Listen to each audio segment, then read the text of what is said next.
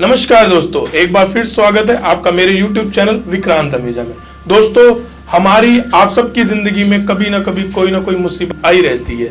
हम जब भी कोई मुसीबत आती है या कोई कहीं मुश्किल आती है तो हम कहीं ना कहीं हारा हुआ महसूस करते हैं या हमें ऐसा लगता है कि बस हार हमारे बहुत नज़दीक पहुंच गई है। ऐसे समय में चाहते ना चाहते हमें वो चाहे अल्लाह कहें, चाहे भगवान कहें, चाहे ईश्वर कहें, चाहे खुदा कहें, सभी याद आने लग जाते हैं। सभी के सभी का हाथ मन्नतों के लिए उठ जाता है और एक ही बात बोला जाता है कि भगवान मुझे इस मुश्किल या मुसीबत से बाहर निकाल दे और मैं जो तू कहेगा मैं वैसा करूँगा। दोस्तों, आइए मैं इस कहानी के माध्यम से आपको समझाता हूँ कि जब हम ऐसा बोलते हैं या भगवान से जब हम कुछ मांगते हैं तो क्या भगवान हमारी सुनता है या भगवान हमारी मदद करता है। अगर मेरे से पूछेंगे तो मैं कहूँगा हाँ, हम सब की बात भगवान सुनता भी है और हमारी मदद भी करता है। आइए कहानी पे चलते हैं। दोस्तों, आप एक बार सोच कर देखिए कि एक व्यक्ति अगर किसी गाड़ी में अनजान रास्ते से जा रहा है, रात का बहुत गहरा अंधेरा है और वहाँ उसकी गाड़ी खराब हो जाती है और जब वो बाहर निकलता है तो आसपास से कोई नहीं गुजर रहा, फ़ोन देखता है तो उसमें नेटवर्क नहीं है और थोड़ी देर बाद उसकी बैटरी डाउन होके फ़ोन भी बंद हो जाता है। एक बार फील करके देखिए, चारों तरफ घना जंगल हो, कोई भी आने जाने वाला ना हो और अगर एक आधा व्यक्ति गुजर भी रहा है वहां से तो वो आपकी मदद करने को तैयार ना हो।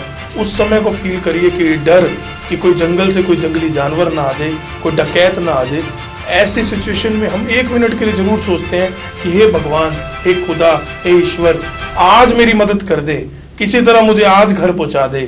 उसके बाद कई लोग तो मन्नतें मांग लेते हैं कि मैं ये करूंगा, मैं वो करूंगा। और क्या होता है उस समय में जब हम बिल्कुल हार चुके होते हैं और हमें लगता है कि अब तो शायद जिंदगी खत्म होने को है, डर इतना ज्यादा होता है कि मौत सामने दिखाई देने लग जाती है।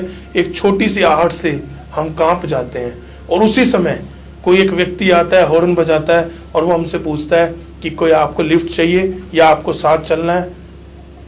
तो क्या दोस्तों, आपको क्या लगता है कि वो व्यक्ति अपने आप आया होगा या भगवान ने उसको भेजा होगा? आपको हो सकता है कि इत्तेफाक लगे, लेकिन मैं कंफर्म हूं कि उसको भगवान ने भेजा है, भगवान ने आपकी मदद की है, भगवान ने आपको उस मुश्किल, उस मुसीबत से निकाला है।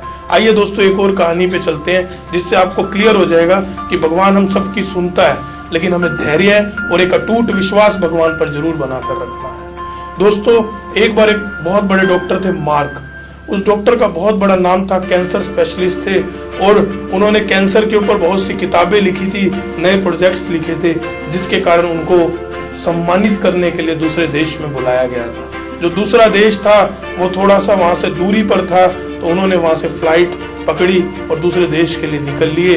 रास्ते में कुछ समय पहले जो उनकी डेस्टिनेशन थी, मौसम खराब हो गया और उनकी फ्लाइट को इमरजेंसी लैंडिंग उतारनी पड़ी। मार्क को देखा कि अगली फ्लाइट आने में 4 से 5 घंटे लगेंगे। उन्होंने आसपास वालों से कुछ और रास्ते पूछे कि किस तरह मैं अपनी मंजिल पे पहुंच सकता हूं। तो उसके बाद उन्होंने टैक्सी किराए पे ली, लेकिन टैक्सी तो मिल गई, ड्राइवर नहीं मिला। दोस्तों, उन्होंने खुद, क्योंकि वो इनाम बड़ा था, उन्होंने सोचा मैं खुद ही ड्राइव करके पहुंच जाऊं। और जब वो खुद ड्राइव करके निकलने लगे तो रास्ता बहुत सीधा था और फुल स्पीड में उन्होंने गाड़ी चला दी। लेकिन जब वो मंजिल के करीब ही थे, थोड़ा समय पहले बहुत तेज तूफान और आंधी चलने लग गए। आगे रास्ता दिखना बंद हो गया और गलती से मार्क ने गाड़ी जिस रास्ते पे जा रही थी उस रास्ते से मुड़कर गलत रास्ते पर गाड़ी चढ़ा दी। उन्हें जब 1 घंटे बाद एहसास हुआ कि रास्ता भटक गया हूँ, उस समय उनको बहुत भूख भी लगी थी तो उनको कहीं दूर दूर तक ये नहीं दिख रहा था कि कहाँ पर वो रुके। इतनी देर में उनको एक सामने एक छोटा सा मकान दिखता है और वो सोचते हैं कि एक बार वहाँ से मदद ली जाए।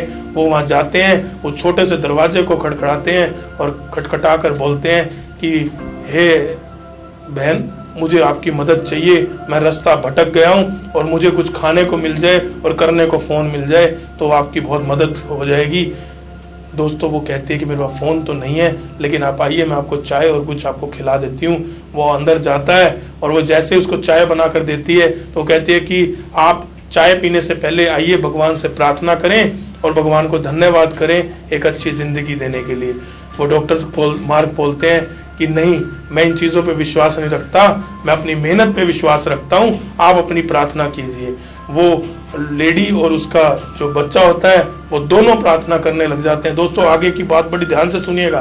वो दोनों बड़े मेहनत से और वो प्रार्थना करने लग जाते हैं, और जब वो प्रार्थना करते हैं तो वो डॉक्टर सोच रहा होता है कि इतनी लंबी इन्होंने प्रार्थना की है, कहीं ना कहीं ये औरत बहुत बड़ी मुसीबत में है, क्यों ना मैं इसकी मदद करूं, क्यों ना मैं इससे पूछूं कुछ, इन्होंने भी तो मेरी मदद की है। और डॉक्टर पूछता है कि आपकी कोई क्या समस्या है, मुझे बताइए। वो लेडी बताती है कि ये मेरा जो छोटा सा बच्चा है, इसको कैंसर है, और इसका इलाज एक डॉक्टर मार्क नाम के बड़े कैंसर स्पेशलिस्ट ही कर सकते हैं, वही इसको स्वस्थ कर सकते हैं, और हमारे पास इतना पैसा नहीं है, और वो दूसरे देश में रहते हैं, तो हम अभी वहाँ तक पहुँच नहीं सकते। मुझे पता है अभी तक भगवान ने मेरी अरदास, मेरी रिक्वेस्ट, मेरी प्रार्थना सुनी नहीं है, लेकिन मुझे पूरा विश्वास है कि एक ना एक दिन भगवान मेरी प्रार्थना सुनेंगे और मेरा बेटा डॉक्टर मार्क के द्वारा ठीक हो जाएगा। जैसे ही वो ये बात सुनता है डॉक्टर मार्क, वो अवाक रह जाता है दोस्तों। वो उसी समय उसके मन में आता है कि भगवान तू महान है। सब कुछ वो सोचने लग जाता है कि कैसे भगवान ने एक मुझे सम्मानित करवाने के लिए इस देश में बुलाया, कैसे रास्ते में इमरजेंसी लैंडिंग हुई, मैंने टैक्सी पकड़ी, रास्ता भटका और यहाँ पहुँच गया क्योंकि भगवान ने इन तक पहुँचाना था। और दूसरा मैसेज उसे ये लगता है कि इनके लिए तो भगवान ने इनकी प्रार्थना तो स्वीकार की है, साथ में मुझे भी एक मैसेज दिया है कि जो ऐसे लोग हैं जिनके पास पैसा नहीं है लेकिन भगवान पर विश्वास है, उन लोगों की मैं मदद करूं। और इसी भाव के साथ वो उस लड़के का भी इलाज करता है, और उसके बाद वो जैसे जितने भी ऐसे गरीब लोग होते हैं उनका भी वो इलाज करने लग जाता है।